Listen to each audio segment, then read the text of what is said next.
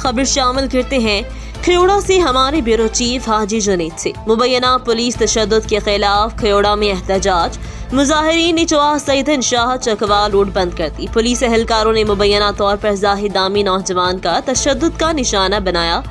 मुजाहिरीन जाहिद मनशियात फरोशी में मुलव्वस है। पुलिस ज़राए खयोड़ा में मुबैना पुलिस तशद्दुद के खिलाफ अहलियान इलाका का एहतजाजी मुजाहिरीन ने मेन चौहा चकवाल रोड पर रुकावटें खड़ी करके ट्रैफिक ब्लॉक कर दी।